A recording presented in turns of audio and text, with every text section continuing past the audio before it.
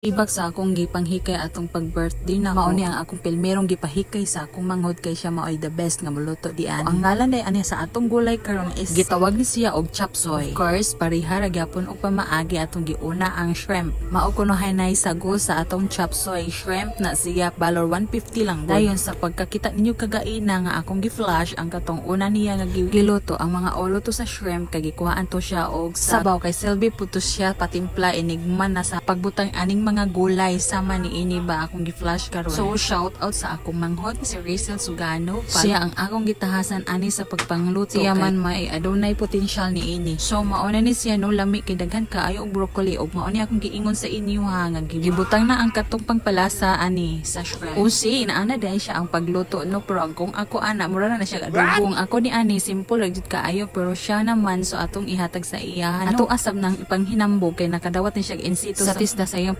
kuha og culinary. So, kung ipakita karon ang finished product mao jud na siya. So lami kayo siya. The third to the last nga gipangluto namo nga sudan ang bihon og pansit. So mao ni ang iyang mga ingredients. Humana na siya gihugasan maong ako na siya gibidyoan og napud tay karne mao niyang sago. So unsa may atong dugayon diha ato na siyang lutoon dinha ano atong giuna ang karne. Of course no kung maluto na siya ato na siyang gibutang ang pansit og bihon og hasta ang sago. While ako na siyang gibidyohan nagluto po ko dili og among kanon ako lang siyang gibudyo. Ako sang gipakita no mao na siya nagpabukal daan ko og tubig dayon paghuman akong gipanglundan og bugalan ako na estimate ang mga bugas kung pila to ka kilo basta kay nagdungag lang ko din haa kay nagpangandam kung naay man ganit tay daghan bisita so dili ta maulaw diyang dapita. While nagpahubas ko sa akong dinong ang ako na siyang gibalikan og video ang nagluto og pansit so mao na siyang hitsura no double time o see nalimot ko na aning naamamanday ko fried chicken nga kinupusgan usa ni sa akong mga handa sa atong pag-birthday. Wala ko nangunting kay sa akong photos og mga videos na apamanday ni akong mga content diri nga wala pa nako na upload. So kani di ay fried chicken ni siya so ako pa nagluto dihang dapitan kay kani nga time double time jud ni siya daghay akong gipang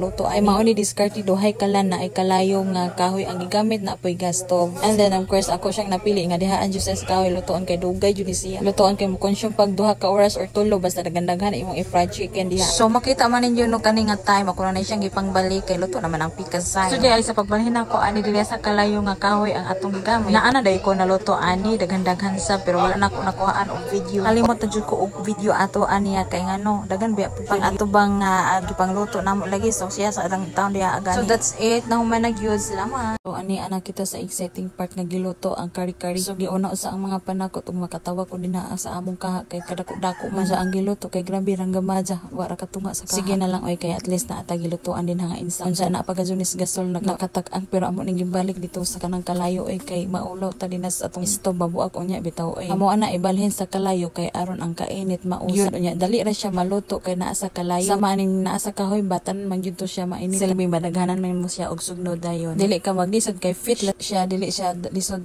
karawon og gilondan na siya og gata sa lubi. Sus pinakadabis na lang jud ni namo dili nga putahe oy. Madyo gali kay gitagaan ko sa akong amahan og mga manok nakatilaw sa misa iyang bahin. Pero sa paghuman namo ani dili ag panghikay ako po na siyang gihatdan sud ani dito sa iyang gitrabahoan kay lisod pud pangayo ra ta maintain. Dili man lang makadunol bisag gamay ra. So man naman lagi sumaw na iyang finished product kari-kari nga manok. So amo kini ang final nga video, final nga hikay. So mao na aming guflo ni atay birthday cake sa red ribbon, dayon atong escabeche na atay kamuti. Sunod natay kanon, dayon na punta pansit on na atay melon, pansit, kari-kari, fried chicken, dayon ay chop suey. Maura taw na atong madali, dili na magdaghan-daghan pa kay maoray atong makaya diha.